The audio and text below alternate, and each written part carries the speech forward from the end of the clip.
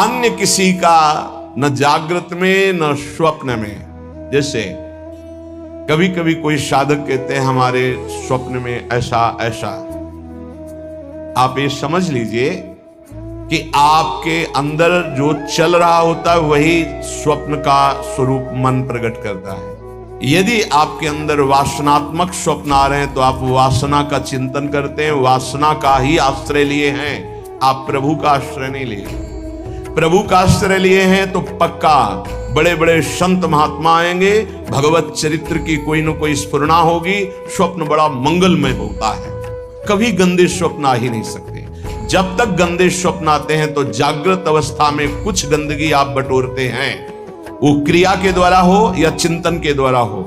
यदि जागृत का आप पूर्ण रूप से पावन समय व्यतीत करते हैं तो स्वप्नावस्था अपने आप मंगलमयी हो जाएगी। ये स्थिति पहचानी जाती है साधक की कि किस कोटि का साधक है।